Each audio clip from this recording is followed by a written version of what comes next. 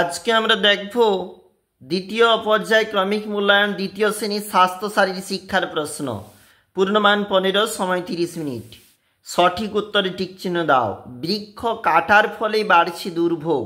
জলকে ধরে রাখাকে সংরক্ষণ বলে। বিভিন্ন পাত্রের মধ্যে দাগ দিয়ে জলের গুণমান ঠিক করা হয়।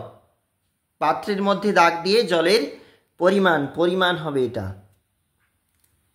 তারপর দেখো, শিশুরা চারকোনা ত্রিকোণা গোল কাঠের টুকরো নিয়ে খেলা করলে আকৃতির জ্ঞান লাভ করবে।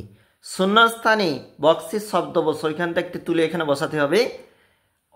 অর্ধশলভাসন যোগাসন করলে কোমরের ব্যথা কমে। বৃক্ষরোপণ পরিবেশের ভারসাম্য রক্ষা করে। কানামাছি খেলায় চোখ বাঁধতে হয়। বিশ্রামে দাঁড়ানোর সময় হাত দুটি পিছনে রাখতে হয়। শুদ্ধ হলে স, তালব্য স এবং মিথ্যা হলে ম লেখো। সাবধান অবস্থায় কদম তালের আদেশ দেওয়া হয়। স্বামী বিবেকানন্দ ছিলেন একজন খেলোয়াড়। মিথ্যা। ব্যায়াম স্বাস্থ্যের পক্ষে ক্ষতিকর। মিথ্যা। দুজনের মধ্যে বল লোফালোফি খেলার সমন্বয় ভারসাম্য রক্ষা করে। শুদ্ধ। একটি শব্দ বা বাক্যে উত্তর দাও। 1 গুণ 3। একজন খেলোয়াড়ের নাম সৌরভ গাঙ্গুলি। একজন স্বাধীনতা সংগ্রামীর নাম সূর্য সেন। একটি যোগাসনের নাম ভদ্রাসন। ভদ্রাসনের উপকারিতা লেখো। ঈশ্বরচন্দ্র বিদ্যাসাগর ছোটবেলাকার কিছু তার ঘটনা লেখো। লেখবে।